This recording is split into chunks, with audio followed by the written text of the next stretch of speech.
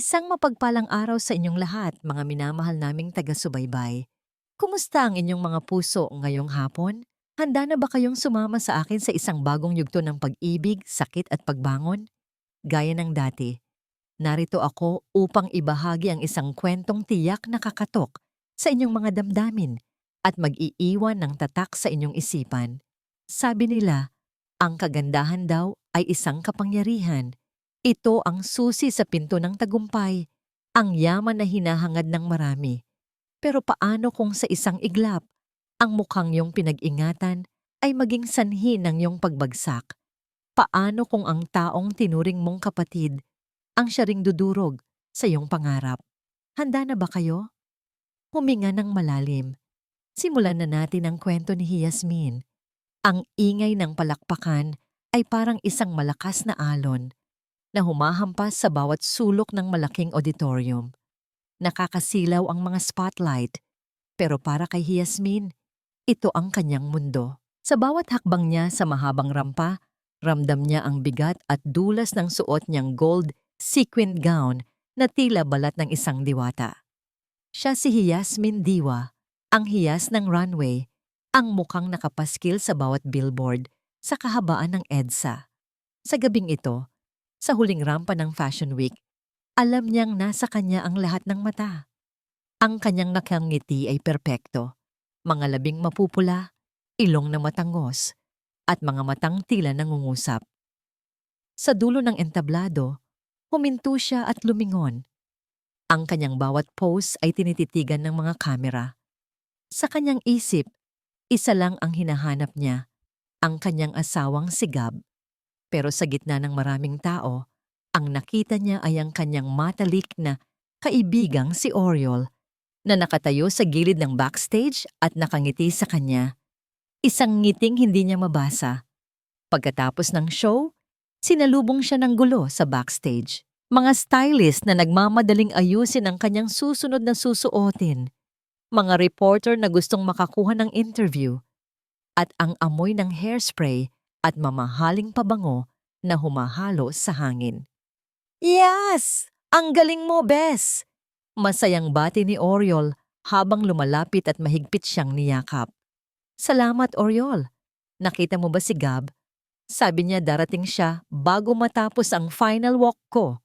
Tanong ni Yasmin habang pilit na inaayos ang kanyang buhok. Nagbago ang ekspresyon ni Oriol. Bahagya itong lumungkot. Tinanong ko rin siya kanina. Sabi niya, may kinuha lang siyang surprise para sa'yo. Naghihintay siya sa basement parking doon sa may madilim na bahagi para hindi raw kayo pagkaguluhan ng fans. Gusto niyang magkaroon kayo ng moment na dalawa lang bago ang after party. Napangiti si Yasmin. Kahit madalas na malamig si Gab sa kanya nitong mga nakaraang linggo, ang ideya ng isang surprise ay nagpabilis sa tibok ng kanyang puso. Talaga? Sige. Susunod na ako doon. Pakiasikaso na lang muna itong mga gamit ko, Oriol. Salamat ha. Walang anuman, Yasmin. Sulutin mo ang gabing ito. Hinding-hindi mo ito malilimutan. Sagot ni Oriol. Ang boses nito ay kalmado, pero may kakaibang lamig na hindi napansin ni Yasmin dahil sa sobrang kaba at excitement.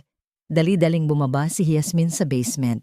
Habang pababa ang elevator, unti-unting nawawala ang ingay ng musika at tawanan mula sa taas. Pagbukas ng pinto, sinalubong siya ng amoy ng semento at gasolina. Ang basement parking ay malawak, madilim, at tanging ilang bumbilya lang ang nagbibigay ng madilaw na liwanag. Gab, tawag ni Yasmin. Ang tunog ng kanyang high heels ay umaalingaw-ngaw sa tahimik na paligid. Gab, nasaan ka na? Narito na ako. Walang sumasagot. Tanging ang mahinang ugong ng mga exhaust fan ang maririnig. Nagsimulang makaramdam ng takot si Yasmin.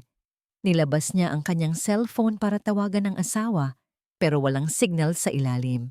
Bigla, may narinig siyang yabag sa likuran niya. Isang mabilis na hakbang. Gab, ikaw ba yan? Huwag mo naman akong takutin ng Hindi natapos ni Yasmin ang kanyang sasabihin. Paglingon niya, Isang figura na nakasuot ng itim na hoodie ang mabilis na sumulpot mula sa likod ng isang malaking poste. Bago pa siya makasigaw, isang bote ng likido ang diretsong ibinuhos sa kanyang mukha. Sa unang segundo, naramdaman niya ang lamig. Akala niya ay tubig lang iyon, isang biro, isang pagkakamali. Pero pagkalipas ng isang kurap, dumating ang apoy. Ang mukha ko, tulong.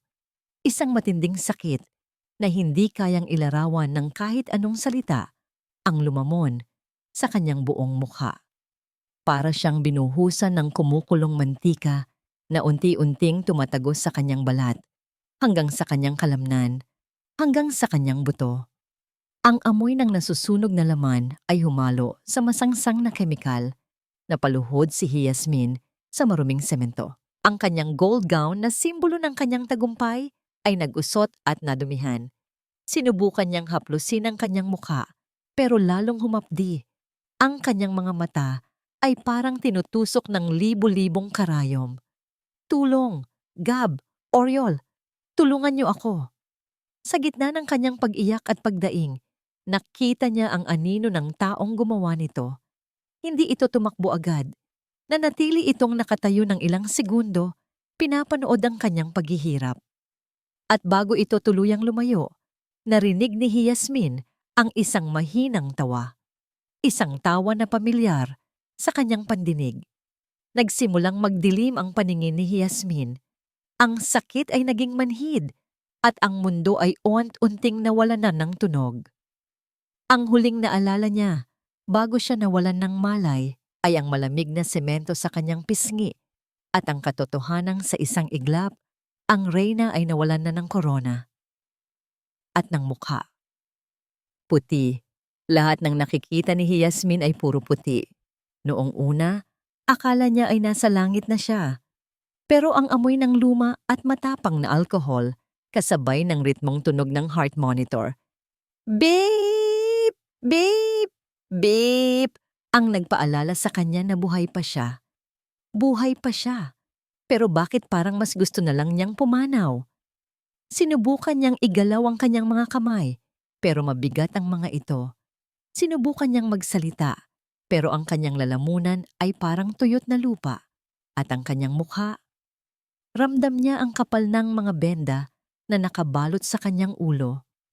Ramdam niya ang bawat tibok ng dugo sa kanyang mga pisngi na tila may mga buhay na uod na kumakain sa kanyang laman. Bumukas ang pinto. Narinig niya ang mahihinang yabag ng sapatos. Gising na siya. Bulong ng isang boses babae. Isang nurse. Yasmin, naririnig mo ba ako? Ako ito, si Dr. Arwin. Wika ng isang baritonong boses. Huwag kang piliting gumalaw. Maayos ang naging operasyon para linisin ang mga sugat mo. Gusto niyang magtanong. Gusto niyang sumigaw. Nasaan si Gab? Nasaan ang asawa ko? Pero tanging isang mahinang ungol lang ang lumabas sa kanyang mga labi.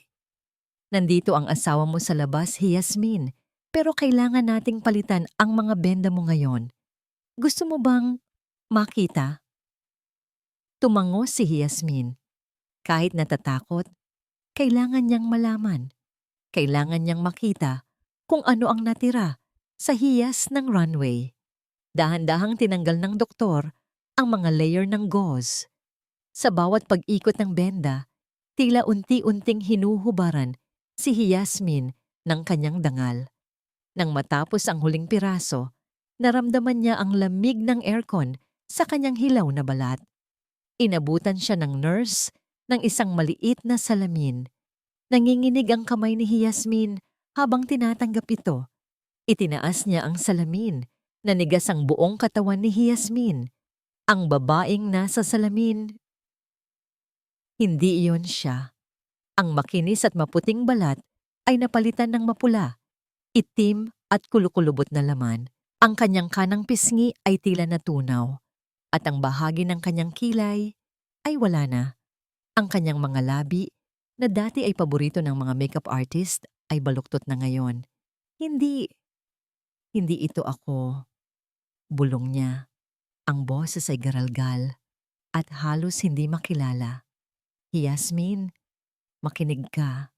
Sa modernong medisina, marami pa tayong magagawa. Hindi ito ako. Sigaw niya ng buong lakas. Sa sobrang galit at pandidiri sa sarili, binitawan niya ang salamin. Clink! Nabasag ito sa sahig. Nagkapira-piraso gaya ng kanyang puso. Eksaktong bumukas ang pinto at pumasok si Gab. Gab! Hikbi ni Yasmin. Umaasang lalapit ang asawa at yayakapin siya. Umaasang sasabihin nito na mahal pa rin siya kahit ganito ang itsura niya. Pero huminto si Gab sa may pintuan. Nakita ni Yasmin ang panlalaki ng mga mata ng asawa. Nakita niya ang pag-atras nito, ang pagtakip nito sa sariling ilong, na tila may masamang amoy siyang dala. Ang mukha ni Gab ay puno ng pandidiri. Gab, tulungan mo ako. Pagmamakaawa ni Yasmin, huwag kang lumapit sa akin. Bulyaw ni Gab. Kahit malayo naman si Yasmin, Diyos ko, Yasmin, tingnan mo ang sarili mo. Paano mo haharapin ang mga kliyente natin? Paano ang karir mo? Paano ang perang kikitain natin? Iyon lang ba ang inaalala mo? Ang pera? Tanong ni Yasmin, hindi makapaniwala. Naglabas si Gab ng isang envelope mula sa kanyang bag at inilapag ito sa dulo ng kama, malayo sa kamay ni Yasmin. Tapos na tayo, Yasmin. Hindi ko kayang gumising gabi-gabi sa tabi ng isang halimaw. Narito ang mga annulment papers. Pinirmahan ko na rin ang paglipat ng lahat ng ari-arian natin sa pangalan ko bilang kabayaran sa lahat ng kahihiyang idudulot ni nito sa akin. Gab, huwag ka nang umasa, Yasmin. Wala ka nang silbi sa akin. Mabilis na tumalikod si Gab at lumabas ng kwarto nang hindi man lang lumingon. Naiwan si Yasmin na humihagulgol. Ang sakit ng asido ay wala sa kinalaman sa sakit ng pagtatraidor ng taong pinagkatiwalaan niya. Ilang minuto ang lumipas, narinig niyang muli ang pagbukas ng pinto. Akala niya ay bumalik si Gab para humingi ng tawad. Pero ang pumasok ay si Oriol. Maayos ang suot ni Oriol. May dalang mga bulaklak at may malungkot na mukha. Pero nang masiguro niyang wala ng ibang tao sa loob, unti-unting nawala ang lungkot sa kanyang mukha. Pinalitan ito ng isang mapang-uyam na ngiti. Lumapit si Oriol sa tabi ng kama ni Yasmin. Kumuha siya ng isang piraso ng ubas mula sa basket na dala niya at kinain ito ng dahan-dahan. Kawawa ka naman, Bes, panimula ni Oriol. Ang boses niya ay malambing pero puno ng lason. Sabi ko naman sa'yo, hinding-hindi mo makakalimutan ang gabing ito, di ba? Nanlaki ang mga mata ni Yasmin. Oriol, anong ibig mong sabihin? Yumuko si Oriol. Ang kanyang mukha ay ilang pulgada lang ang layo sa wasak na mukha ni Yasmin. Alam mo, Yas, matagal ko nang gustong gawin ito. Mula pa nung high school, ikaw na lang lagi ang bida. Ikaw ang maganda. Ikaw ang sikat. Ikaw ang laging may korona. At ngayon, isa ka na lang basura. Ikaw ang may gawa nito? Nangangatal na tanong ni Yasmin. Tumawa ng mahina si Oriol. Hindi lang ako, Bes. Kami ni Gab. Akala mo ba mahal ka niya? Ginamit ka lang namin para sa pera at kasikatan. At ngayong nakuha na namin ang lahat, wala ka ng silbi. Hinaplos ni Oriol ang benda sa noo ni Yasmin bago idiniin ang kanyang daliri sa hilaw na sugat nito. Napasigaw si Yasmin sa sakit. Ngayon, Yasmin! Bulong ni Oriol, ang mga mata ay nagniningning sa tuwa. Tingnan natin kung sino ang reyna ngayon. Sino ang fevat? Sino ang walang kwenta? Goodbye, Bes. Magtiis ka sa impyernong ginawa ko para sa'yo. Lumabas si Oriol na tila walang nangyari. Iniwan si Yasmin sa gitna ng kadiliman ng kanyang silid at ng kanyang buhay. Lumabas si Yasmin mula sa ospital na may pakiramdam na tila naputol ang dating takbo ng kanyang buhay. Tinakpan niya ang kalahati ng kanyang mukha ng isang maitim na bandana at isinukob ang kanyang mga mata sa likod ng malalaking salamin. Sa bawat hakbang, ramdam niya ang bigat ng mga tingin sa paligid, mga titig na puno ng pagtataka, pag-usisa, at tahimik na paghusga. Wala na siyang matutuluyan. Kinuha ni Gab ang lahat ng dapat sana'y sandigan niya. Wala na rin siyang sapat na pera. Ang mga dating account na nagbibigay sa kanya ng seguridad ay hindi na niya kayang galawin. At ang mga taong minsan niyang tinawagan na kaibigan, isa-isa nang nanahimik, tila biglang naglaho sa sandaling kailangan niya sila. Bit-bit ang isang maliit na bag na may ilang pirasong damit at ang kaunting natitira sa kanyang pitaka. Sumakay si Yasmin sa isang bus. Wala siyang tiyak na destinasyon, tanging pagnanais na makalayo, hanggang sa mapansin niya ang isang karatula sa bintana. Isla Calinaw. Biglang bumalik sa alaala niya ang mga kwento ng kanyang yumaong lola. Isang lugar daw iyon na payapa. Isang lugar kung saan maaaring huminga ng maluwag, kung saan ang katahimikan ay hindi panghuhusga, kundi pahinga. At sa sandaling iyon, doon siya nagpasiyang bumaba. Sa gitna ng matinding bigat na bumabalot sa kanyang puso, iisa lang ang lugar na pumasok sa isip ni Yasmin. Pagdating sa isla, sinalubong siya ng amoy ng dagat at ang walang tigil na alon na humahampas sa dalampasigan. Tahimik ang paligid, ngunit ang katahimikang yon ay hindi agad nakapagpagaan ng kanyang dinadala. Naglakad siya ng walang malinaw na direksyon hanggang sa makarating siya sa isang mataas na lugar na tinatawag ng mga tao roon na dungaw ng langit. Tumigil si Yasmin sa gilid ng bangin. Sa ibaba, ang mga alon ay patuloy na bumabangga sa mga bato. Malakas, paulit-ulit, walang pahinga. Humahampas ang hangin, halos tangayin ang bandanang nakabalot sa kanyang mukha. Para saan pa?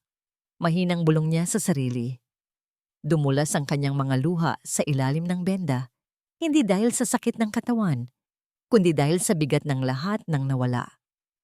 Pakiramdam niya'y wala na siyang maipagmamalaki, wala nang masasandalan, wala nang boses na tatawag sa kanyang pangalan ng may lambing. Nanatili siyang nakapikit, pilit inaayos ang kanyang paghinga. Isang hakbang na lang sana ang pagitan niya sa kawalan. Ngunit sa sandaling iyon, huminto siya. Sa gitna ng ingay ng hangin at dagat, may isang tahimik na tanong na bumangon sa kanyang isipan. Kung dito nagwawakas ang lahat, bakit parang may bahagi pa rin ng kanyang sarili ang ayaw sumuko? At doon, sa gilid ng bangin, hindi siya tumuloy. Bagkus, nanatili siyang nakatayo, nanginginig, ngunit humihinga pa rin. Ang sakit, ang galit, ang kahihiyan, lahat ay mawawala. Magandang gabi sa'yo. Isang boses ang biglang narinig mula sa kanyang likuran. Napatalon sa gulat si Yasmin. Muntik na siyang mawalan ng balanse, pero mabilis siyang lumingon. Sa ilalim ng liwanag ng buwan, nakatayo ang isang lalaki. Nakasuot ito ng simpleng puting sando at pantalong maong. May hawak siyang isang tungkod na gawa sa kawayan, at ang kanyang mga mata ay nakatingin ng diretso, pero tila wala itong tinitingnan. Sino ka? Takot na tanong ni Yasmin, habang pilit na inaayos ang kanyang bandana para hindi makita ang kanyang mukha. Huwag kang lumapit. Huwag mo akong pakialaman. Hindi natakot ang lalaki. Sa halip, ngumiti siya ng bahagya. Isang ngiting napakapayapa na tila hindi nararamdaman ang tensyon sa paligid. Ako si Bagwis, sagot ng lalaki. Ang boses niya ay malalim at kalmado, parang daloy ng tubig sa sapa. Nandito lang ako para makinig sa dagat. Masyado kasing maingay ang mga alon ngayong gabi. Tila may ibinubulong na panganib. Umalis ka na. Hindi mo alam ang pinagdadaanan ko. Sigaw ni Yasmin habang humahagulgol na. Kung makikita mo lang ang itsura ko, ikaw mismo ang magtutulak sa akin sa bangin na ito. Dahan-dahang humakbang si Bagwis palapit. Hindi siya gumagamit ng mata, kundi ang kanyang tungkod at ang kanyang pandinig. Tumigil siya, ilang talampakan lang ang layo kay Yasmin. Bakit naman kita itutulak? Tanong niya. Inangat niya ang kanyang kamay, tila sinusubukan na maramdaman ang hangin sa paligid ni Yasmin. Hindi ko alam kung anong itsura mo, binibini, dahil ang mga mata ko ay matagal nang walang nakikita kundi kadiliman. Natigilan si Yasmin. Bulag ka? Tumango si Bagwis. Mula nang isilang ako. Kaya huwag kang matakot na makikita ko ang halimaw na sinasabi mo. Dahil para sa akin, ang tao ay hindi sinusukat sa kung anong nakikita ng mata. Bahagyang kumalma ang paghinga ni Yasmin, pero ang sakit sa kanyang dibdib ay nananatili. Kahit hindi mo ako nakikita, nararamdaman mo naman kung gaano ako kawasaka. 'Di ba? Humakbang pa ng isa si Bagwis at iniunat ang kanyang kamay. Sa unang pagkakataon matapos ang malagim na gabi, may isang taong humawak sa kamay ni Yasmin nang walang pandidiri. Mainit ang kamay ni Bagwis, matigas ang mga palad, pero banayad ang pagkakahawak. Nararamdaman ko ang panginginig ng iyong mga kamay. Bulong ni Bagwis. Nararamdaman ko ang bigat ng iyong bawat hininga. Hinila ni Bagwis si Yasmin palayo sa dulo ng bangin. Hindi lumaban ang babae. Parang nawalan siya ng lakas sa piling ng lalaking ito. "Makinig ka sa akin," sabi ni Bagwis habang nakaharap sa direksyon ni Yasmin. "Sabi nila, ang mata raw ang bintana ng kaluluwa. Pero para sa akin, ang boses at ang pintig ng puso ang tunay na nagsasabi kung sino ang isang tao." Di humarap si Bagwis ng diretso at kahit wala siyang paningin, tila tumagos ang kanyang titig sa kaluluwa ni Yasmin. "Hindi ko kailangan ng mga mata para makita kung gaano kakasakit ngayon, Yasmin. Pero tandaan mo ito, kahit ang pinakamadilim na gabi ay natatapos din sa pagsikat ng araw." Napatulala si Yasmin. Paano nito nalaman ang pangalan niya? O baka nagkataon lang? Pero bago pa siya makapagtanong, muling nagsalita si Bagwis na nagpabago sa takbo ng kanyang isip. "Dito ka muna sa Isla Kalinaw. Hayaan mong ang dagat ang maghugas sa iyong mga sugat. At kung handa ka na, tutulungan kitang mahanap ang liwanag na kinuha nila sa'yo." 2 taon ang mabilis na lumipas sa Isla Kalinaw. Ang dating ingay ng mga kamera at hiyawan ng mga tao ay napalitan ng hampas ng alon at huni ng mga ibon. Sa maliit na kubo ni Bagwis sa tabi ng dagat, natutunan ni Yasmin ang isang buhay na hindi niya inakalang posible. Isang buhay na walang salamin, walang kolorete, at walang pagpapanggap. "Yas, nasaan ka?" Tawag ni Bagwis mula sa veranda. "Narito ako, Bagwis. Tinatapos ko lang itong hinahabi nating lambat," sagot ni Yasmin. Ang kanyang boses ay hindi na kasing lambing ng dati. Mayroon na itong lalim at gaspang na dulot ng panahon at ng mga luhang natuyo na. Lumapit si Bagwis sa kanya, dahan-dahang kinakapa ang upuan sa tabi ni Yasmin. Kahit hindi nakakakita, kabisadong-kabisado na ni Bagwis ang bawat sulok ng kanilang tahanan. Inabot niya ang kamay ni Yasmin at hinaplos ito. "Ang lalim na naman ng iniisip mo," bulong ng lalaki. "Nararamdaman ko ang bigat sa bawat hininga mo." Napabuntong hininga si Yasmin. Hinayaan niyang hawakan ni Bagwis ang kanyang mukha. Hindi na siya natatakot ngayon. Ang mga daliri ni Bagwis ay banayad na dumadaan sa mga pilat sa kanyang pisngi. Para kay Bagwis, ang mga pilat na yon ay hindi kapangitan, kundi mga ukit ng isang kwentong puno ng katatagan.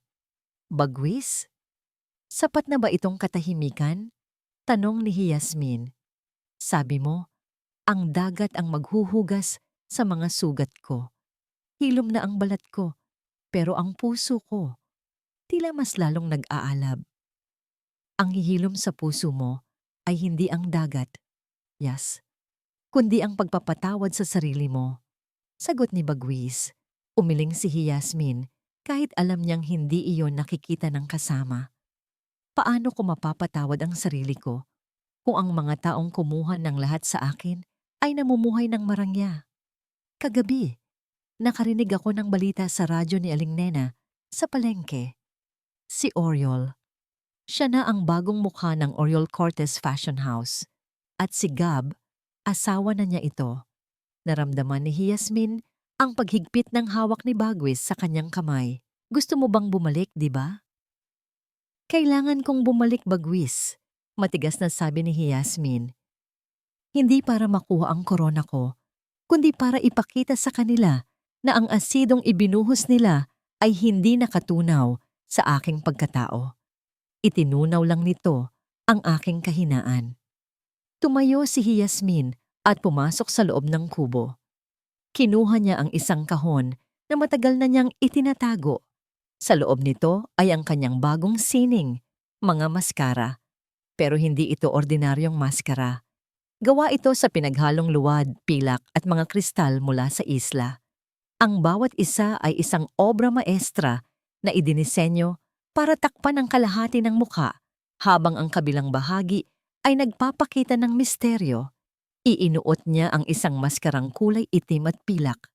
Tumingin siya sa isang maliit na piraso ng salamin na itinago niya sa ilalim ng kanyang higaan.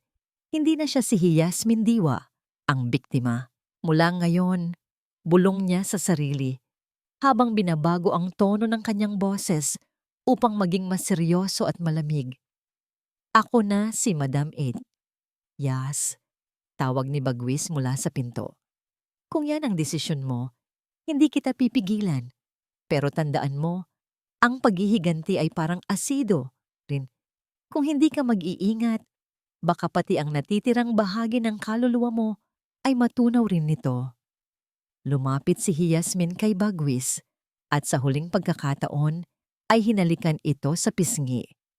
Salamat sa pagliligtas sa akin, Bagwis, pero kailangan kong tapusin ang kwentong sinimulan nila. Pagkalipas ng ilang araw, isang misteryosong babae ang dumating sa lungsod ng Silakbo. Nakasuot siya ng eleganteng itim na terno, isang malapad na sombrero at isang maskarang sining na tila isang hiyas. Lahat ng mata ay nakatuon sa kanya nang pumasok siya sa pinakasikat na fashion hotel sa lungsod. Walang nakakakilala sa kanya, pero ang bawat hakbang niya ay nagpapahiwatig ng kapangyarihan at yaman. Sa kanyang kamay, hawak niya ang isang imbitasyon para sa anibersaryo ng Oriol Cortes Fashion House. Ngumiti si Yasmin sa likod ng kanyang maskara. Ang laro ay magsisimula na. At sa pagkakataong ito, siya ang may hawak ng mga baraha. Nagniningning ang malaking ballroom ng Hotel de Salva. Kitang-kita ang karangyaan sa bawat sulok, mula sa mga dambuhalang crystal chandelier hanggang sa mga buffet table na puno ng mga putaheng pang-elite. Ngayong gabi, ang ikalimang anibersaryo ng Oriol Cortes Fashion House, ang kumpanyang kinikilala na ngayon bilang sentro ng moda sa buong bansa. Sa gitna ng entablado, nakatayo si Oriol. Nakasuot siya ng isang makinang na pulang gown na hapit sa kanyang katawan. Perpekto ang kanyang ayos, walang bahid ng dumi ang kanyang reputasyon. Sa tabi niya ay si Gab, na mukhang kagalang-galang sa kanyang mamahaling tuxedo. Magkahawak kamay sila, ang larawan ng isang power couple. Salamat sa inyong lahat sa pagdalo. Masayang pahayag ni Oriol sa harap ng mga reporter at mga sikat na personalidad. Ang tagumpay ng kumpanyang ito ay bunga ng pagmamahalan at pagtitiwala namin ni Gab sa isa't isa. Nagpalakpakan ang mga tao, pero sa loob-loob ni Oriol, may kaunting pagkairita. Alam niya ang katotohanan na ang mga disenyo nila nitong mga nakaraang buwan ay nagiging tuyot at paulit-ulit na. Wala na silang makuha sa mga lumang sketch ni Yasmin na ninakaw nila. Kailangan nila ng bagong dugo. Kailangan nila ng isang milagro para manatili sa tuktok. Biglang bumukas ang malaking pinto ng ballroom. Tumigil ang musika. Unti-unting tumahimik ang lahat. Isang babae ang pumasok. Hindi siya nakasuot ng makulay na gown gaya ng iba. Sa halip, suot niya ay isang sopistikadong itim na pantsuit na gawa sa mamahaling sutla.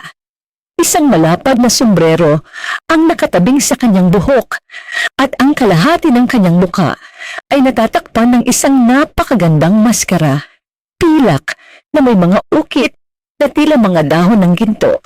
Bawat hakbang niya ay may tunog ng otoridad. Ang kanyang presensya ay tila humihigop sa lahat ng liwanag sa loob ng kwarto. Sino siya? Bulong ng mga panauhin. Investor ba yan mula sa Europe? Tanong ng isa pa. Lumapit ang babae nang diretso sa kinatatayuan ni Oriol at Gab. Hindi siya nangingimi, hindi siya nag-aalinlangan. Huminto siya sa harap ni Oriol at kahit natatakpan ng kalahati ng kanyang muka, ramdam ni Oriol ang talas ng titig nito mula sa likod ng maskara. Magandang gabi, Mrs. Cortez, wika ng babae. Ang kanyang boses ay malamig, malalim, at may tono ng misteryo. Binabati kita sa iyong anibersaryo. Napakunot ang noo ni Oriol. Salamat. Pero, paumanhin, hindi ko matandaan kung kasama ka sa listahan ng mga inimbitahan ko. Sino ka? Ngumiti ang babae, isang tipid ng ngiti na tila nang uuyam. Maari mo akong tawaging Madam Egg. Ako ay isang kolektor ng sining at isang tagahanga ng iyong mga gawa. Nabalitaan ko na ang iyong kumpanya ay nangangailangan ng bagong inspirasyon. Narito ako para mag-alok ng partnership. Nagkatinginan sina Oriol at Gab. Ang pangalang Madam H ay bago sa kanilang pandinig. Pero ang aura ng yaman na dala nito ay hindi maitatanggi.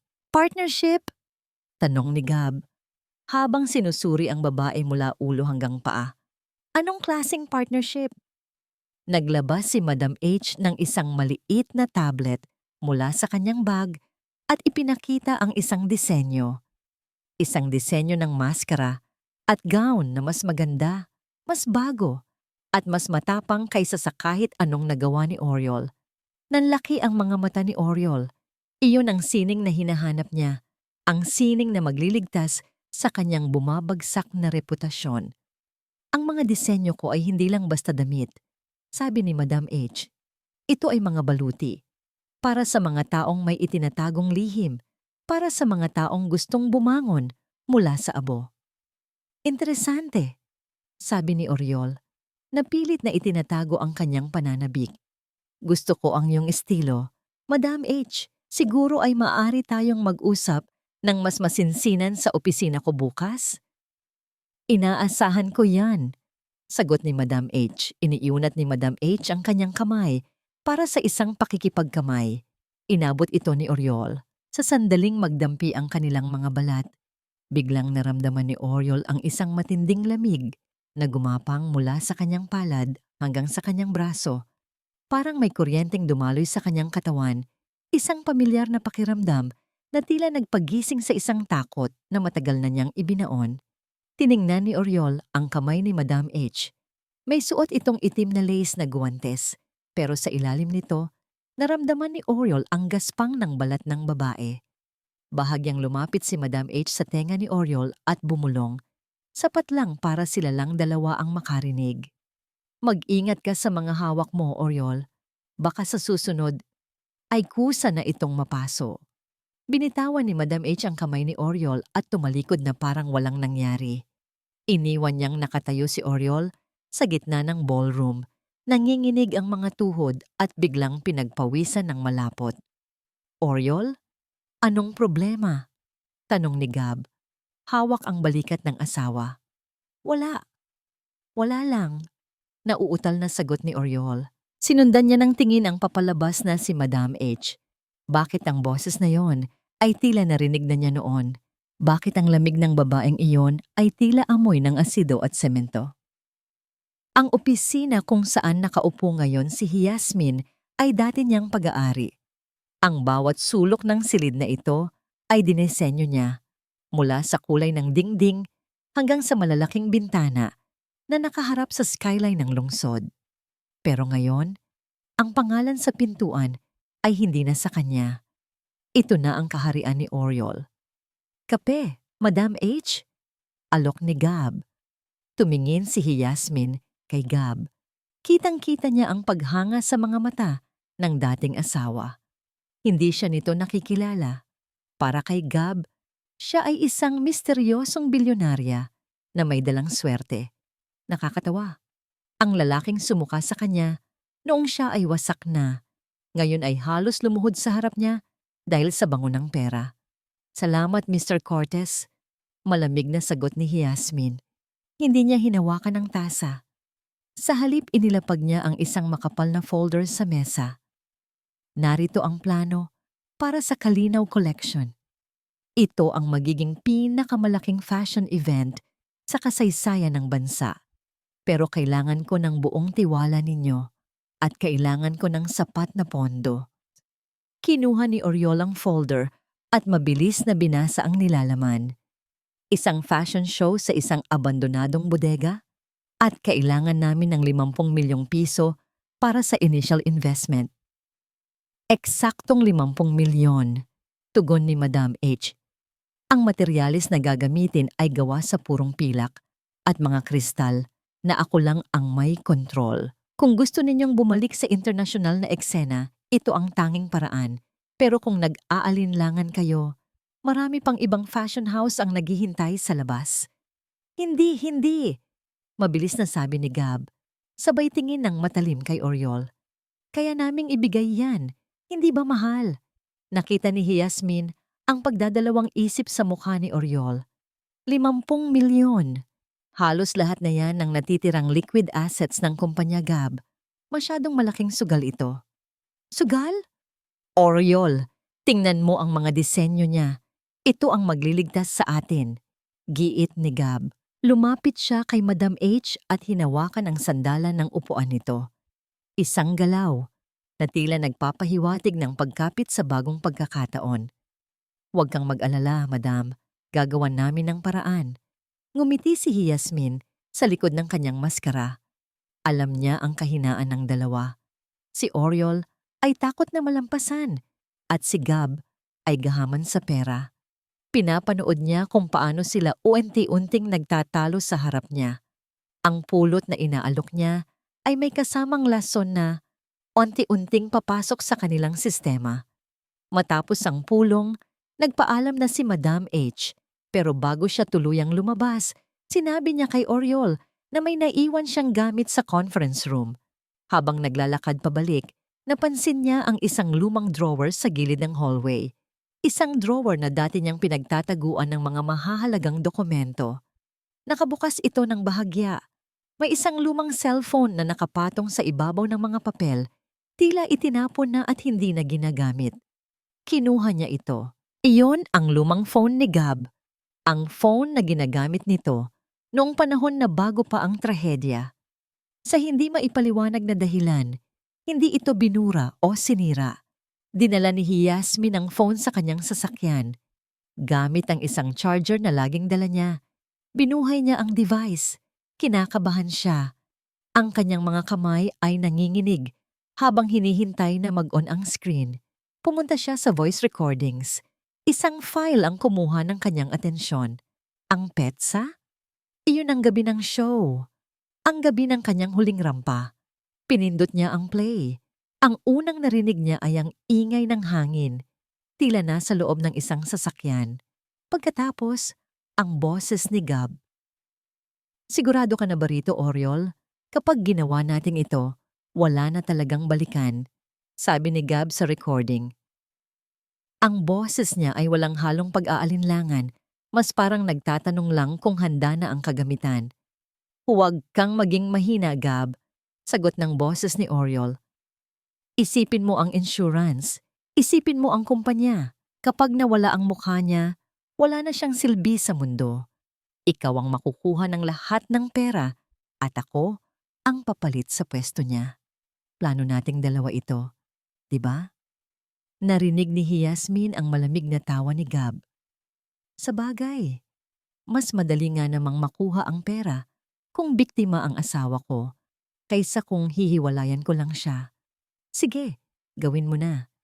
Siguraduhin mong sa mukha tatama ang asido. Iyan ang pinakamahalaga sa kanya. Iyan din ang sisira sa kanya. Nabitawan ni Yasmin ang cellphone. Ang kanyang buong katawan ay nanigas.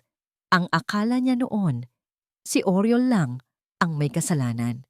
Ang akala niya, si Gab ay biktima rin ng pagkakataon na napilitan lang siyang iwan. Pero ang katotohanan, ay mas masahol pa sa asidong sumunog sa kanyang balat. Ang lalaking pinangakuan niyang mamahalin habang buhay, ang lalaking tinawag niyang asawa, siya ang nag-utos na burahin ang kanyang muka para lang sa pera ng insurance. Isang matinding sigaw ng galit at sakit ang lumabas sa lalamunan ni Yasmin sa loob ng kanyang sasakyan. Ang kanyang mga kamao ay humampas sa manibela hanggang sa mamula ang kanyang mga kamay. Hindi lang sapat ang sirain ang kanilang kumpanya, hindi lang sapat ang bawiin ang kanyang yaman. Gab, Oriol, bulong niya, ang kanyang boses ay puno ng puot na tila galing sa ilalim ng lupa. Hinding-hindi ko kayo bibigyan ng pagkakataong makahingi ng tawad dahil ang impyernong ginawa ninyo para sa akin, doon ko kayo mismong ililibing ng buhay. Nanatiling nakatulala si Yasmin sa madilim na sulok ng kanyang silid sa hotel. Ang cellphone na naglalaman ng katotohanan ay nakalapag sa mesa. Tila isang bombang katatapos lang sumabog. Paulit-ulit na umaalingaw-ngaw sa kanyang isip ang boses ni Gab. Ang boses na dati ay nagpapatulog sa kanya sa gabi. Ang boses na nangako ng katapatan sa harap ng altar. Insurance, pera, walang silbi. Ang bawat salita ay parang asidong muling ibinubuhos sa kanyang puso. Mas masakit ito kaysa sa pisikal na sugat. Ang akala niya ay gulo lang ng isip at inggit ni Oriol ang sumira sa kanya. Pero ang sarili pala niyang asawa ang humawak sa mitya. Si Gab ang nag-utos na burahin ang kanyang mukha. Isang malakas na kalabog ang nagpagising sa kanya mula sa pagkakatulala. Inihagis ni Yasmin ang isang kristal na florera sa pader. "Hayop ka, Gab! Mga hayop kayo!" sigaw niya. Ang kanyang tinig ay gumaralgal sa tindi ng puot. Hinablot niya ang isang gunting sa mesa at sinimulang gupitin ang mga sketch ng damit na nakalatag doon. Wala na siyang pakialam sa sining, wala na siyang pakialam sa partnership. Ang tanging gusto niya ay makitang dumadaloy ang dugo ng mga taong pumatay sa dating siya. Sa gitna ng kanyang pagwawala, narinig niya ang marahang katok sa pinto. Hindi ito ang mabilis at agresibong katok ng isang hotel staff. Ito ay mabagal, ritmo, at tila may dalang kapayapaan. "Yas, alam kong narito ka." Natigilan si Yasmin. Ang boses na yon, ang boses na nagligtas sa kanya sa bangin ng Isla Kalinaw. Dali-dali niyang isinuot ang kanyang maskara bago binuksan ang pinto.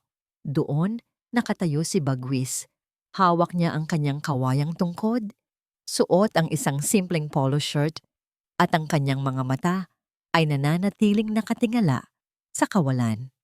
"Bagwis, anong ginagawa mo rito? Paano mo ako nahanap?" tanong ni Yasmin. Pilit na itinatago ang panginginig ng kanyang boses. "Sinundan ko ang amoy ng dagat, Yas. Pero dito sa lungsod, ang amoy na dala mo ay hindi na presko. Amoy na ito ng usok at sunog na damdamin." Banayad na sagot ni Bagwis. Humakbang siya pumasok nang hindi naghihintay ng imbitasyon. "Narinig ko ang iyong pagsigaw mula sa labas. Ang puso mo ay tumitibok ng napakabilis. Parang isang ibong nakakulong sa hawla na pilit na bumabangga sa mga rehas." Napaupo si Yasmin sa gilid ng kanyang kama. Tinakpan ang kanyang mukha ng kanyang mga palad. "Bagwis, hindi mo maintindihan. Mas malala pa sa inaakala ko. Ang asawa ko ang nagplano ng lahat. Gusto niya akong mamatay para sa pera." Lumapit si Bagwis at dahan-dahang naupo sa sahig sa harap ni Yasmin. Hindi siya nagsalita agad. Hinayaan niya lang na bumuhos ang mga luha ni Yasmin. "Nahanap mo na ang katotohanang hinahanap mo, Yas," sabi ni Bagwis pagkalipas ng ilang sandali. "Pero ang tanong ko ay ito. Kapag ba nakuha mo na ang hustisya mo, maibabalik ba niya ng Yasmin na nakilala ko sa isla? O magiging kasing sama ka na rin ng mga taong kinamumuhian mo?" "Wala na ang Yasmin na yon, Bagwis!" sigaw niya. Tumayo at naglakad-lakad ng balisa. Ang tanging natitira ay si Madam H. At si Madam H ang tatapos sa kanila. Ipaparanas ko sa kanila ang mawalan ng lahat, pera, dangal, at kahit ang kalayaang huminga. Tumayo rin si Bagwis. Ginagamit ang kanyang tungkod para balansehin ang sarili. Nakikita ko ang plano mo, Madam H. Alam ko kung sino ka sa likod ng maskarang yan. Pero Yas, ang paghihiganti ay isang lason na ikaw ang umiinom, pero umaasa kang ang kaaway mo ang mamamatay. Huwag mong hayaang kainin ng dilim ang natitirang liwanag sa loob mo. Lumapit si Yasmin kay Bagwis. Ang kanyang mga mata sa likod ng maskara ay nagniningning sa galit. Huwag mo akong pangaralan, Bagwis. Hindi mo nakikita ang mukha ko. Hindi mo naramdaman ang asidong tumunaw sa balat ko. Hindi ko kailangan ng mga mata para makita ang kaluluwa mo, Yas. Bulong ni Bagwis. Inangat niya ang kanyang kamay at tila hinahanap ang mukha ni Yasmin. Dahil ang boses mo ay hindi na kay Yasmin. Ito ay boses na ng isang taong handang pumatay. Hinawakan ni Bagwis ang gilid ng maskara ni Yasmin. Sa pagkakataong ito, hindi lumayo ang babae. Sabihin mo sa akin, Yas. Tanong ni Bagwis. Ang boses ay puno ng lungkot. Handa ka bang ipagpalit ang iyong kaluluwa para lang sa dugo ng mga taong wala namang puso? Kapag natapos na ang lahat ng ito, ano na ang matitira sa'yo? Hindi nakasagot si Yasmin. Ang katahimikan sa pagitan nila ay nabubulabog lamang ng kanyang mabigat na paghinga. Sa isang banda, alam niyang tama si Bagwis. Pero sa kabilang banda, ang apoy ng paghihiganti ay masyado ng malakas para apulahin. Ito ang huling babala ko, Yas. Sabi ni Bagwis bago siya dahan-dahang tumalikod patungo sa pinto. Narito lang ako kung sakaling kailanganin mo muling mahanap ang daan pabalik sa isla. Pero kung itutuloy mo ang balak mo, baka pagdating ng araw na makakita na ako, ang makikita ko ay hindi na ang babaeng minahal ko, kundi isang estrangherong hindi ko na makikilala. Naiwang mag-isa si Yasmin. Ang kanyang kamay ay nakahawak sa kanyang maskara. Ang mga salita ni Bagwis ay tila isang bagong uri ng asido. Isang asidong unti-unting tumutunaw sa kanyang determinasyon. Hindi mapakali si Oriol sa loob ng kanyang marangyang opisina. Ang kumpanyang binuo niya sa pamamagitan ng pagnanakaw at panlilinlang ay unti-unti nang gumigiba. Ang 50 milyong pisong ibinigay nila kay Madam H ay tila naglaho na parang bula.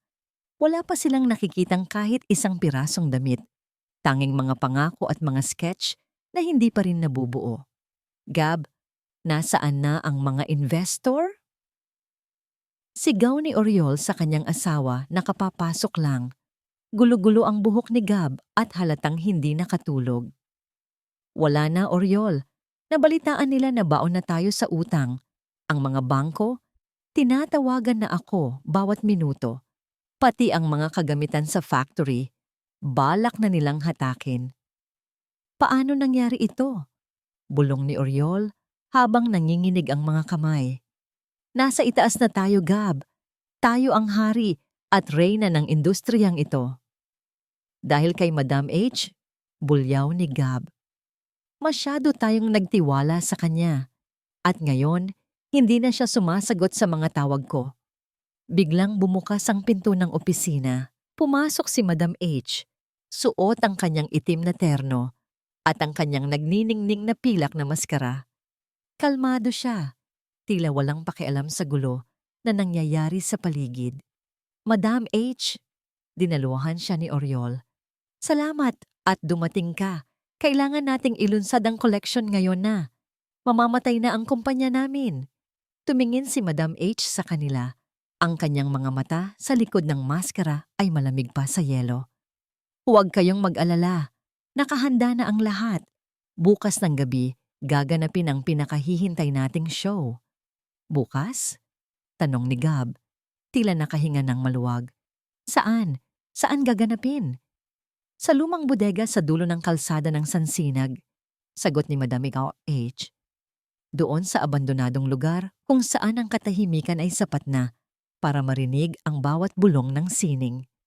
Napakunot ang noo ni Oriol. Sa bodegang yon? Pero madam, napakadilim doon. At doon nangyari ang... Tumigil si Oriol.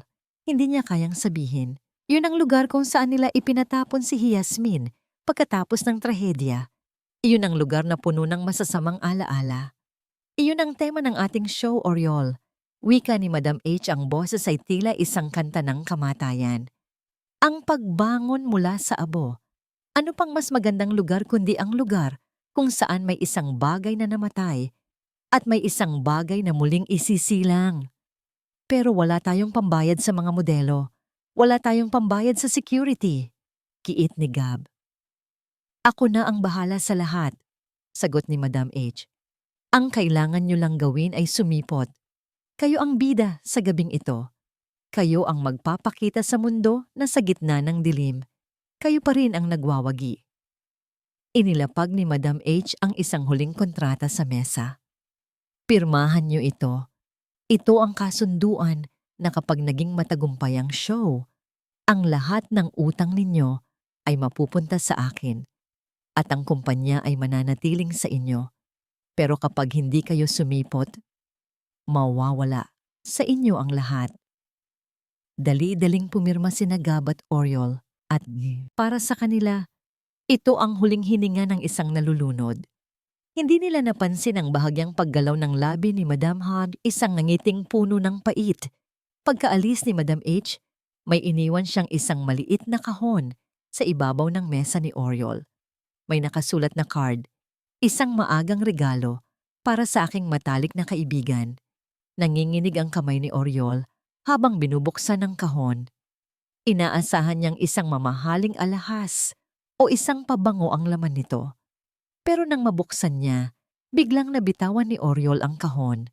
Gumulong sa sahig ang isang bote. Isang maliit na bote ng chemical. Tila lumang-luma na at may mga bahid ng tuyong likido sa labas. At sa loob ng bote, may isang piraso ng papel na may nakasulat na 2 salita lamang gamit ang pulang tinta. Ang huling rampa. Gab, bulong ni Oriol, ang kanyang mukha ay kasing puti na ng papel. Alam niya ang lahat. Sino? Sinong nakakaalam? Tanong ni Gab, habang sinusuri ang bote. Si Madam H. Hiningal si Oriol, napahawak sa kanyang dibdib dahil sa tindi ng kaba. Siya ang nagpadala nito. Gab, hindi ito basta-bastang fashion show. Ito ay isang bitag. Anong bitag? Sigaw ni Gab. Masyado ka lang praning, Oriol. Kailangan nating pumunta bukas. Iyon lang ang tanging paraan para hindi tayo mabulok sa kulungan dahil sa mga utang natin. Hindi na nakasagot si Oriol. Nanatili siyang nakatitig sa bote sa sahig. Ang bawat tibok ng kanyang puso ay tila isang babala. Nararamdaman niya ang malamig na haplos ng nakaraan na unti-unting bumabalot sa kanyang leeg. Bukas. Sa bodegang yon, ang lahat ng lihim ay mabubunyag at sa pagkakataong ito, wala nang asidong makakapagpatahimik sa katotohanan. Ang hangin sa loob ng abandonadong bodega sa Sansinag ay mabigat at amoy kalawang. Madilim ang paligid, tanging ang ilang hiwa ng liwanag ng buwan mula sa butas-butas na bubong ang nagbibigay ng anino sa mga naglalakihang poste. Walang mga modelo, walang musika, at walang mga bisitang nakasuot ng gown at tuxedo. Pumasok sina Gab at Oriol na may halong takot at pag-aalinlangan. Ang bawat hakbang nila ay lumilikha ng tunog na tila binabasag ang katahimikan ng gabi. Madame H, nariyan ka ba? Tawag ni Gab. Garalgal ang kanyang boses. Hawak niya ng mahigpit ang braso ni Oriol na nanginginig na sa tabi niya. Biglang, clack!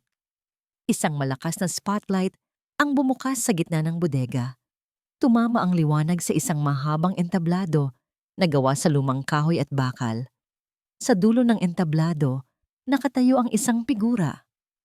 Si Madam A.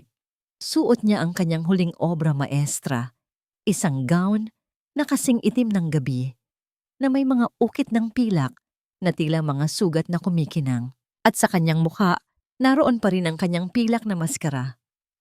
Madam H, anong ibig sabihin nito? Sigaw ni Oriol. Nasaan ang mga tao? Nasaan ang media? Akala ko ba ito ang fashion show na magliligtas sa amin? Dahan-dahang lumakad si Madam H sa rampa. Ang bawat hakbang niya ay puno ng grasya, pero may kasamang kakaibang bigat. Huminto siya sa gitna, eksakto sa tapat ni Gab at Oriol. Narito na ang mga manonood, Oriol. Wika ni Madam H, itinaas niya ang kanyang kamay at itinuro ang paligid. Mula sa dilim, isa-isang bumukas ang mga pulang ilaw ng maliliit na kamera na nakatago sa bawat sulok ng bodega. Live stream, bulong ni Gab, unti-unting namumutla. Kanino mo ito ipinapakita? Sa buong mundo, sagot ni Madam H. Sa lahat ng taong niloko ninyo, sa lahat ng taong naniwala na kayo ay mga bayani ng industriya. Ngayong gabi, hindi tayo magpapakita ng damit. Magpapakita tayo ng katotohanan. Anong katotohanan? Bulyaw ni Gab. Umalis na tayo rito, Oriol. Baliw ang babaeng ito. Tatalikod na sana sila nang biglang sumara ng malakas ang malaking pinto ng bodega. Bang! Nakalak na ito mula sa labas. Huwag kayong magmamadali, sabi ni Madam H. Inabot niya ang gilid ng kanyang maskara. Hindi ba't sabi niyo, matagal niyo na akong gustong makilala ng masinsinan? Dahan-dahang tinanggal ni Madam H ang pilak na maskara. Nang malaglag ang maskara sa sahig, tila tumigil ang pag-ikot ng mundo ni Gab at Oriol. Ang kanang bahagi ng kanyang mukha ay maayos, maganda, at matapang. Pero ang kaliwang bahagi, naroon ang mga peklat, ang kulubot na balat, ang mapulang marka ng asido, ang patunay ng isang malagim na gabi. Hi, Yasmin, bulong ni Oriol, halos hindi lumabas ang boses. Napaupo siya sa sahig sa sobrang gulat.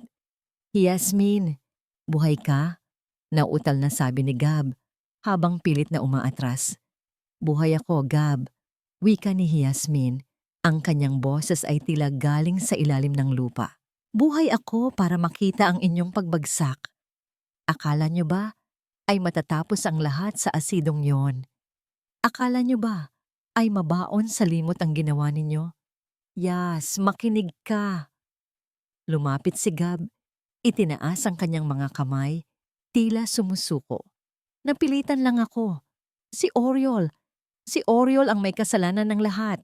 Siya ang nag-utos sa akin. Hayop ka, Gab! Sigaw ni Oriol mula sa sahig.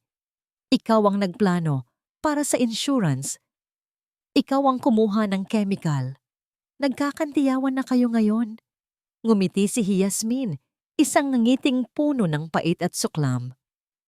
Ganyan ba ang mag-asawang nangako ng katapatan? Ang asawa ko na pumatay sa aking mukha at ang kaibigan ko na nagnakaw ng aking korona. Kinuha ni Yasmin ang isang maliit na bote mula sa bulsa ng kanyang gown.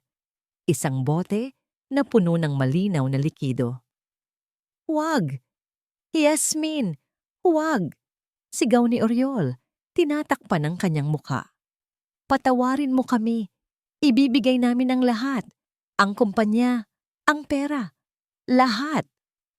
Ang pera ay papel lang, Oriol.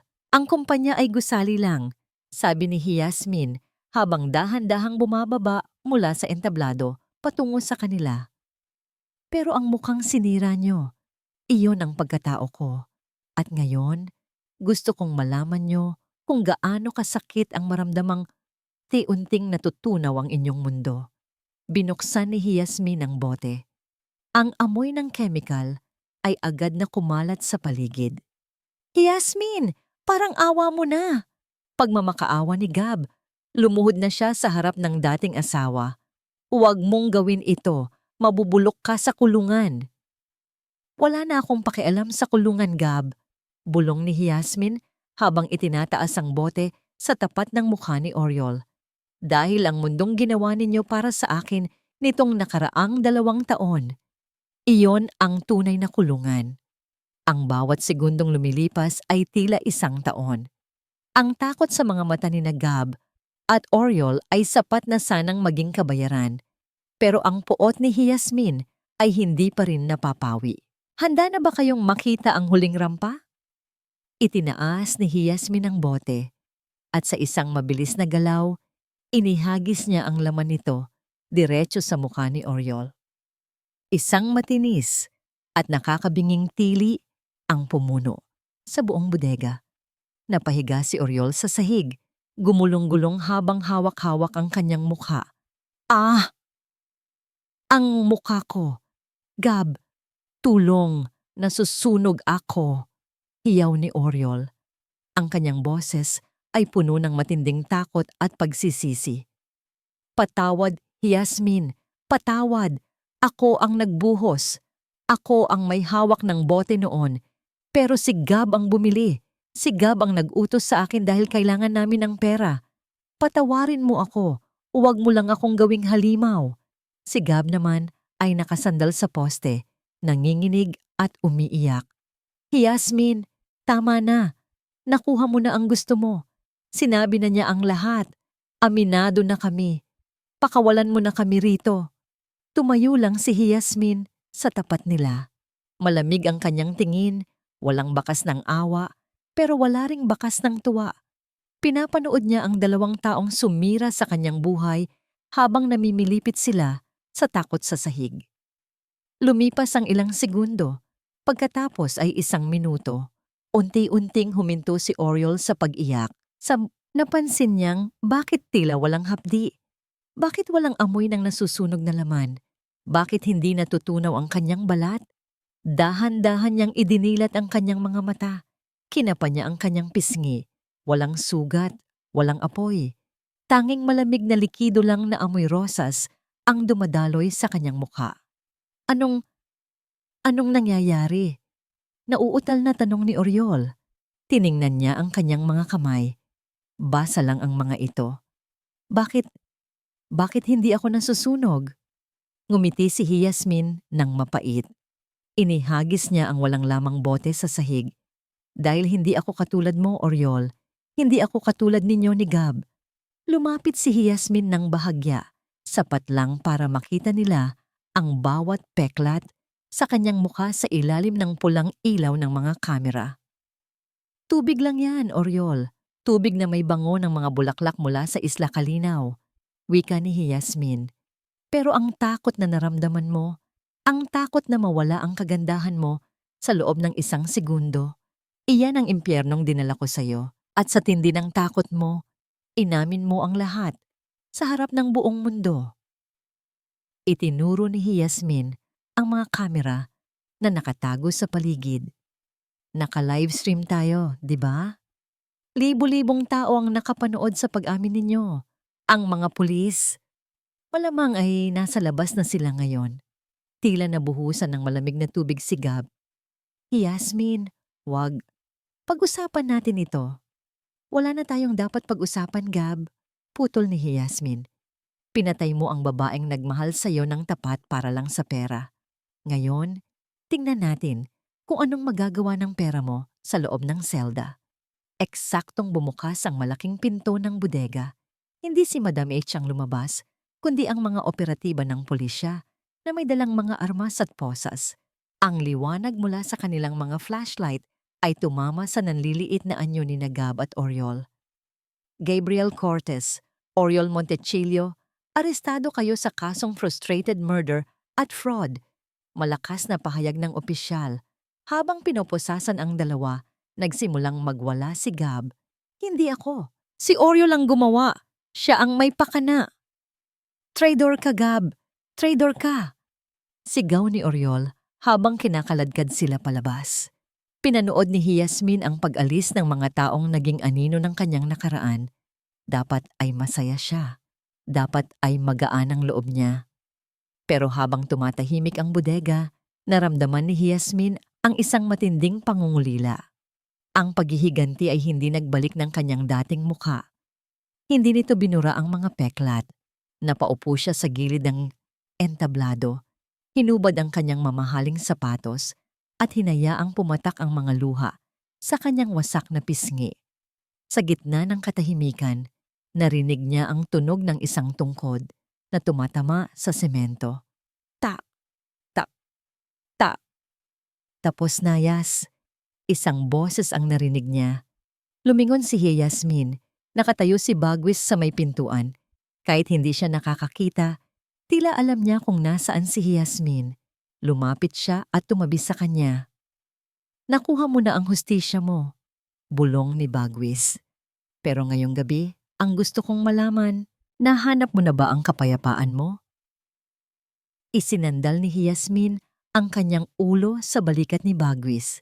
Hindi ko alam, Bagwis, ay parang ang bigat pa rin. Dahil ang hustisya ay para sa batas, Yas, sabi ni Bagwis, habang hinahanap ang kamay ni Yasmin para hawakan.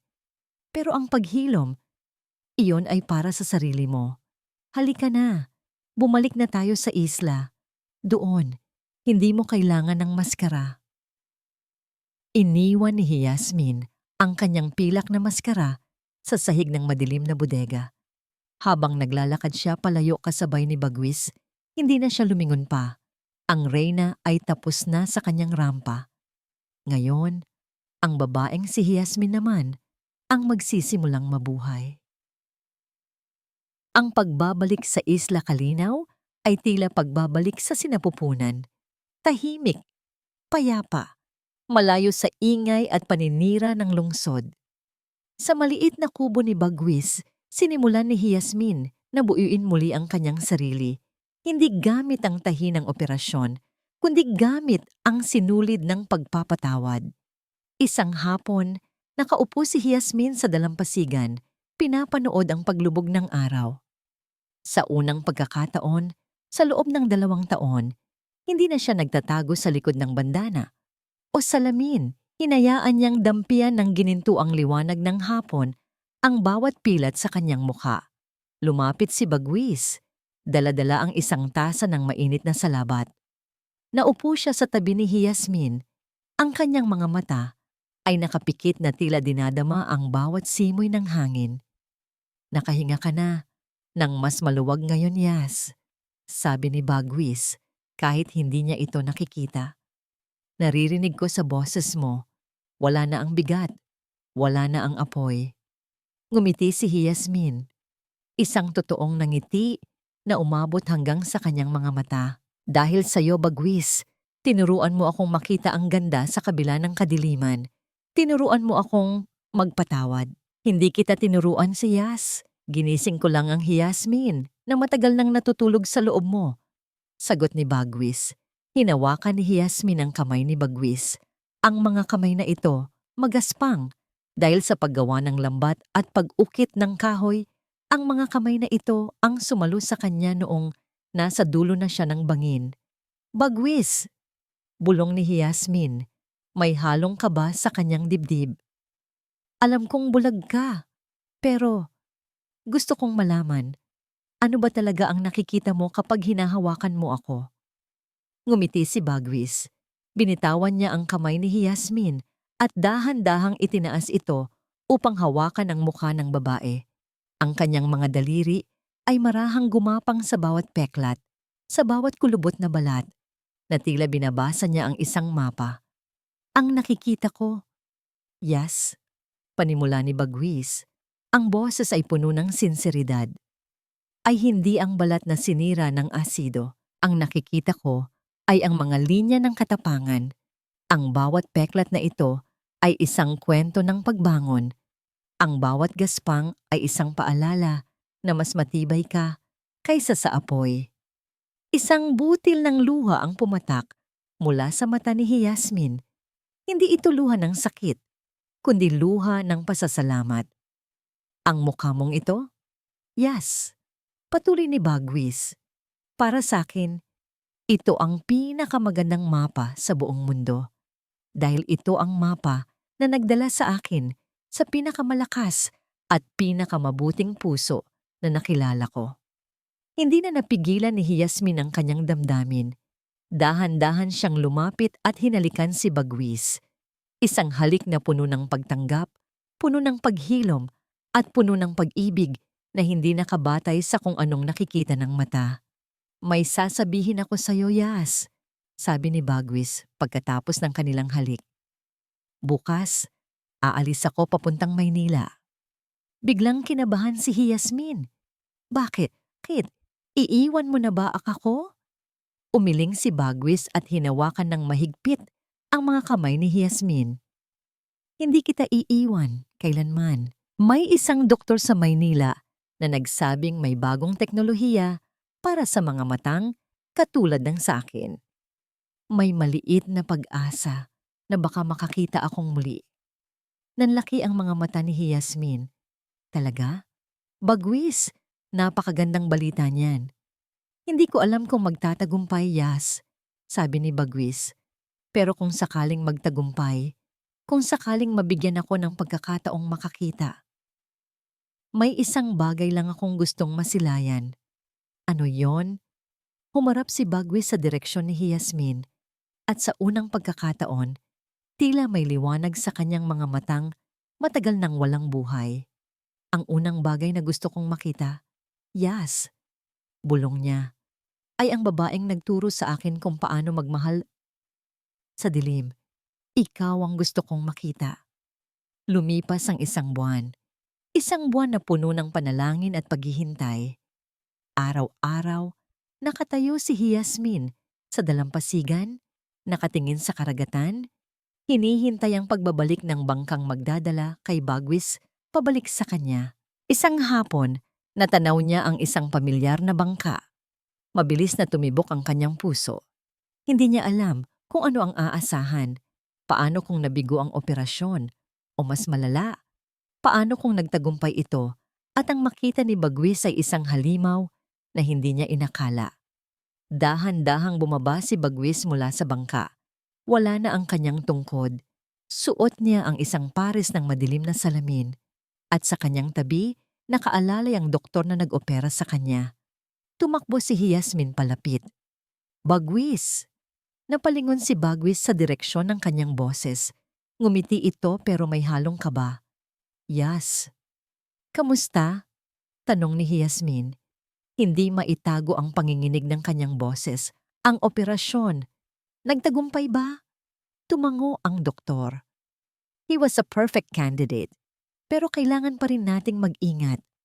Ang kanyang paningin ay hindi pa 100%, pero sapat na para makita niya ang mundo sa unang pagkakataon. Humarap si Yasmin kay Bagwis. Ang kanyang puso ay parang sasabog. Ito na ang sandali ng katotohanan. Handa ka na ba? Tanong niya. Tumango si Bagwis. Dahan-dahan niyang itinaas ang kanyang mga kamay at tinanggal ang kanyang salamin. Sa unang segundo, kumurap-kurap siya. Ang tindi ng sikat ng araw ay bago sa kanya. Pagkatapos, dahan-dahan niyang ibinaba ang kanyang tingin. Ang kanyang mga mata, ang mga matang dati ay walang buhay, ay tumitig ng diretso sa mukha ni Yasmin. Nakita niya ang lahat, ang makinis na balat sa kanang bahagi, at ang mga peklat sa kaliwang bahagi. Hindi nagsalita si Bagwis. Tinitigan lang niya si Yasmin. Ang bawat segundo ng katahimikan ay parang isang karayom na tumutusok sa puso ni Yasmin. Nagsimulang mamuo ang luha sa kanyang mga mata. Baka nga totoo ang sinabi niya noon. Baka isang halimaw lang talaga ang nakikita niya. Tatalikod na sana si Yasmin sa sobrang hiya nang biglang hinawakan ni Bagwis ang kanyang braso. Isang ngiti ang unti-unting sumilay sa mga labi ni Bagwis. Isang nangiting puno ng pagkamangha at pagmamahal. Sabi ko na nga ba? Bulong ni Bagwis. Ang boses ay nanginginig sa emosyon. Itinaas niya ang kanyang kamay at marahang hinaplos ang peklat sa pisngi ni Yasmin. Mas maganda ka pa sa inilarawan ng aking mga daliri. Mas maganda ka pa sa lahat ng bulaklak sa islang ito. Napahagulgol si Yasmin. Bagwis, hindi ka ba natatakot sa akin? Umiling si Bagwis. Bakit ako matatakot, Yas? Ang nakikita ko sa harap ko ngayon ay hindi ang peklat na iniwan ng nakaraan. Ang nakikita ko ay ang babaeng nagbigay sa akin ng liwanag, Nung ako ay nasa kadiliman, ang nakikita ko ay ang aking tahanan. Sa harap ng dagat, sa ilalim ng papalubog na araw, lumuhod si Bagwis sa isang tuhod. Mula sa kanyang bulsa, kinuha niya ang isang maliit na singsing na gawa sa pinakintab na kabibe. "Yasmin Diwa," sabi ni Bagwis habang nakatingin sa kanyang mga mata. "Pinapangako ko, sa bawat pagsikat ng araw na makikita ko, ikaw ang una kong hahanapin. Papakasalan mo ba ako?" Tumango si Yasmin. Ang kanyang mga luha ay tuloy-tuloy na dumadaloy. "Oo, Bagwis, oo." Isinuot ni Bagwis ang singsing sa daliri ni Yasmin. Nagyakapan sila ng mahigpit habang ang mga alon ay tila nagdiriwang sa kanilang pag-iibigan. Hindi na nila kailangan ng marangyang kasal. Hindi na nila kailangan ng palakpakan ng mga tao. Ang kailangan lang nila ay ang isa't isa. Sa Isla Kalinaw, nagtayo sila ng isang maliit na bahay ampunan na tinawag nilang Bahay Diwa, isang lugar para sa mga biktima ng pang-aabuso na gustong magsimulang muli. Si Yasmin, gamit ang kanyang mga peklat bilang simbolo ng pag-asa, ang naging ilaw ng mga taong nawalan ng liwanag. Si Bagwis naman, gamit ang kanyang bagong paningin, ang naging gabay sa paghahanap ng kagandahan sa bawat bagong umaga. Hindi na muling tinakpan ni Yasmin ang kanyang mukha dahil natutunan niya na ang tunay na kagandahan ay hindi nakikita sa salamin. Ito ay nararamdaman sa puso at nabubuhay sa pag-ibig na walang hinihinging anumang kondisyon. At dito po nagtatapos ang ating kwento, mga minamahal naming taga-subaybay. Ang kwento ni Yasmin ay nagpapaalala sa atin na ang pinakamalalim na sugat ay hindi laging nakikita sa balat. Minsan, ito ay nasa loob ng ating puso. Ngunit ipinakita rin niya na ang tunay na kagandahan ay hindi kumukupas. Ito ay ang kakayahang bumangon, magpatawad, at magmahal muli kahit dumaan pa sa pinakamatinding sakit. Ang paghihiganti ay maaaring magbigay ng pansamantalang kasiyahan, ngunit ang kapayapaan ng kalooban at ang pag-ibig na totoo ang siyang tunay na susi sa walang hanggang kaligayahan. Maraming salamat po sa inyong walang sawang pagsubaybay sa kwentong Ganda sa Likod ng Maskara. Sana po ay may napulot kayong aral at inspirasyon. Ano po ang masasabi ninyo sa kwento ni Yasmin at Bagwis? At anong klaseng kwento naman po ang gusto ninyong marinig sa susunod? I-comment nyo lang po sa ibaba. At lagi po kaming nakikinig sa inyo. Hindi dito nagtatapos ang ating paglalakbay. Marami pa pong kwentong kasing ganda at mas puno ng aral dito sa aming channel. Kung nagustuhan nyo ang kwentong ito, i-like, i-share sa pamilya at mga kaibigan, at mag-subscribe na rin para lagi kayong updated sa mga susunod pa naming kwento. I-click nyo ang notification bell para kayo ang unang makarinig kapag may bago kaming upload. Pagpalain po kayo ng Panginoon, kayo at ang inyong buong pamilya. Hanggang sa muli,